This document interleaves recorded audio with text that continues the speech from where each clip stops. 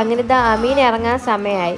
അപ്പോൾ ദാ ഇവിടെ കരച്ചിൽ കണ്ടില്ലേ, അവനും പെട്ടി കൊണ്ടുപോകണമെന്ന് പറഞ്ഞുള്ള കരച്ചിലാണ് ഈ കാണുന്നത്. പിന്നെ ഒരു പെട്ടിയല്ലേ എടുത്തോട്ടെ എന്ന് വിചാരിച്ച് വെറുതെ അവനെ കരയിപ്പിക്കണ്ടല്ലോ. അങ്ങനെ അമിതുവിൻ്റെ പെട്ടിയായിട്ട് ഇറങ്ങിയിട്ടുണ്ട്. അപ്പോൾ അത് അപ്പുറത്തെ വീട്ടിലെ ആൾ നമ്മളെ സഹായിക്കാൻ വേണ്ടി വന്നു കേട്ടോ.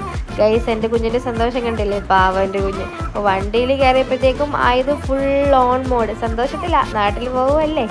അപ്പം ഇത് മാത്രമല്ല, ഐതുവിൻ്റെ അമ്മയും മാമായി നല്ല സന്തോഷത്തിലാണ്. എനിക്ക് കുറച്ച് സന്തോഷം കുറവാണ് കേട്ടോ, എന്നാലും സാരമില്ല. പിന്നെ ഈവനിങ് ആയത് കാരണം നല്ല ട്രാഫിക്കൊക്കെ ഉണ്ടായിരുന്നു. എന്നാലും നമ്മൾ വളരെ നേരത്തെ തന്നെ എയർപോർട്ടിലെത്തി കേട്ടോ. എയർപോർട്ടിലെത്തിയതിന് ശേഷം എല്ലാം പിന്നെ ചടപടയെന്നായിരുന്നു. ട്രോളി എടുക്കുക, ബാഗ് എടുത്ത് വയ്ക്കുക, പെട്ടി എടുത്ത് വയ്ക്കുക, അമ്മയും പോവുക. ഗൈസ്, അങ്ങനെ അമ്മയും പോയിരിക്കുകയാണ്. കുറച്ചൊക്കെ സങ്കടമുണ്ട്, എന്നാലും സാരമില്ല, തിരിച്ചു വരുമല്ലോ. പിന്നെ തിരിച്ച് വരുന്ന വഴിക്ക് ഐതുവിന് നല്ല ചിക്കനൊക്കെ വാങ്ങിച്ചു കൊടുത്ത് ഐതുവിന് സന്തോഷമായി. അപ്പോൾ കിട്ടിയ ഉടനെ ചിക്കൻ കഴിക്കുകയാണ് കേട്ടോ. അപ്പോൾ ഇത്രയേ ഉള്ളൂ ഗൈസ്, ബൈ ബൈ.